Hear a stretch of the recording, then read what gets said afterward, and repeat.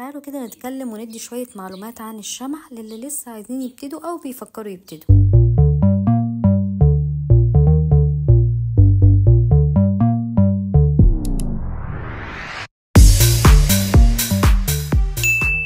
أولا أهم حاجة في الشمع إن أنا أدرس السوق كويس جدا وأعرف إزاي أميز نفسي والبرودكت بتاعي أو المنتج بتاعي عن المنتجات الموجودة في السوق عندي. طبعا إحنا في البلدان العربية عندنا حاجة اسمها الترند، اول ما بتطلع حاجة بنقوم على طول عاملين زيها. الفكرة مش في كده، الفكرة ازاي انا اعمل ترند، ازاي انا اعمل برودكت فيه مميزات عن الناس التانية اللي اوريدي كلهم شبه بعض. عايزة الكاستمر او العميل لما يجيلي يبقى متوقع حاجات جديدة مش نفس الحاجة. اوكي، في حاجات ممكن تكون حلوة قوي وعجباكم فكرتها فهتعملوها، دي حاجة تمام، انا ما قلتش لا فيها، بس في نفس الوقت انا لازم افكر ايه الحاجات اللي ممكن تاني اعملها تكون مزودة او حاطة قيمة اكتر للشغل بتاعي. تاني حاجة لازم اهتم قوي قوي قوي قوي بالباكجينج، ازاي بغلف المنتجات بتاعتي.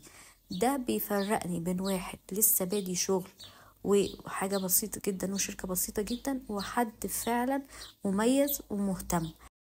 لان انا المنتج اللي انا ببيعه سواء كان شمع او كونكريت او ريزن، عادة الناس بتشتريها كديكور ليها في البيت او بتشتريها هدية، فانا لازم اديها الايدج بتاعها او اديها الشكل الحلو ان هي فعلا تبقى قيمة وانا بديها هدية.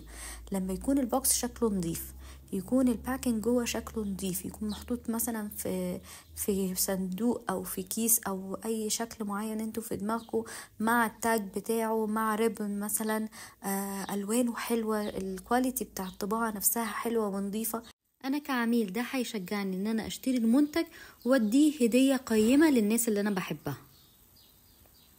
في نفس الوقت السعر بتاعها يعتبر مناسب، فهو ده اهم حاجة عندنا في الشغل. تالت حاجة عايزة اتكلم فيها هي الامانة. اقصد ايه بالامانة؟ يعني انا لو النهاردة بعت منتج بتاعي لعميل وانا عارف ان انا مش عامله على اكمل وجه او مكروت فيه او الكواليتي بتاعته مش احسن حاجة، ومتوقع ان انا مبسوط بالربح اللي دخل عندي او بالفلوس اللي جات لي من بيع المنتج ده، صدقوني ده مش لمصلحتكم، انتوا كده مش بتخسروا عميل، انتوا كده بتخسروا عملاء. لان العميل مجرد ما يجيله المنتج ويلاقيه الكواليتي بتاعته مش حلوة، مش هكسب من نفس العميل تاني، هو هيجرب المنتج بتاعي مرة لا مفيش فيه امانة، حاجة من الاتنين، يا اما هيقول خلاص انا الشخص ده او البراند دي مش هشتري منها تاني، او هيبقى بيقول في دايرة معارفه ان البرودكت ده يا جماعة مش حلو ما تشتروهوش. فانتوا كده مش بتخسروا عميل واحد، انتوا بتخسروا عملاء. وصدقوني انا معظم الشغل بتاعي جه من الورد اوف ماوث. ايه الورد اوف ماوث؟ ان انا بعت اوردر لحد وعجبه جدا وابتدى يدي فكرة لاصحابه او اخواته او معارفه او عيلته بالمنتج بتاعي. فصدقوني راعوا ربنا في المنتجات بتاعتكم واعملوها بضمير واعملوها كويس وركزوا في الكواليتي، هتلاقوا المنتج بتاعكم بينتشر احسن والمبيعات بتبقى اكتر والفلوس هتجيلكم. حاجة كمان والسؤال اللي بيتسأل لي كتير جدا، اخد كورس في الشمع او الكونكريت ولا ما اخدش؟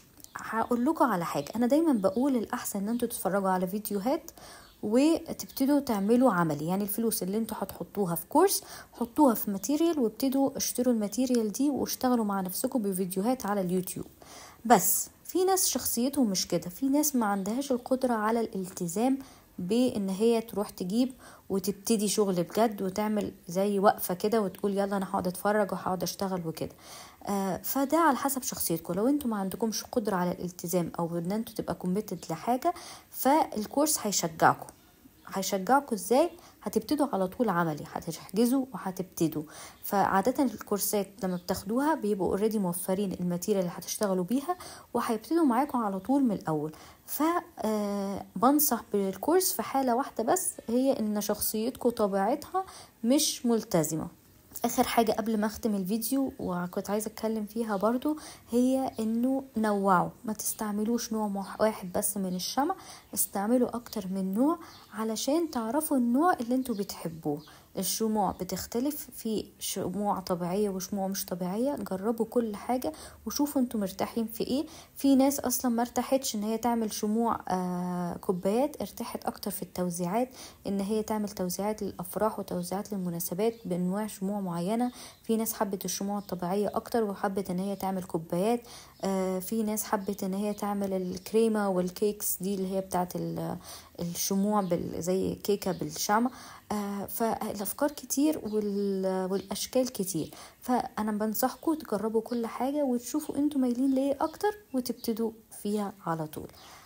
دي كانت مجموعة كده من المعلومات اللي حبيت اقولها والناس كلها بتسأل عنها، فحبيت ان انا احطها في فيديو عشان كلكم تستفيدوا منها. الفيديو بسيط جدا، اتمنى اكون ما طولتش عليكم في الكلام واديتكم حاجات مفيدة فعلا تستفيدوا بيها لو هتبتدوا الشغل بتاعكم.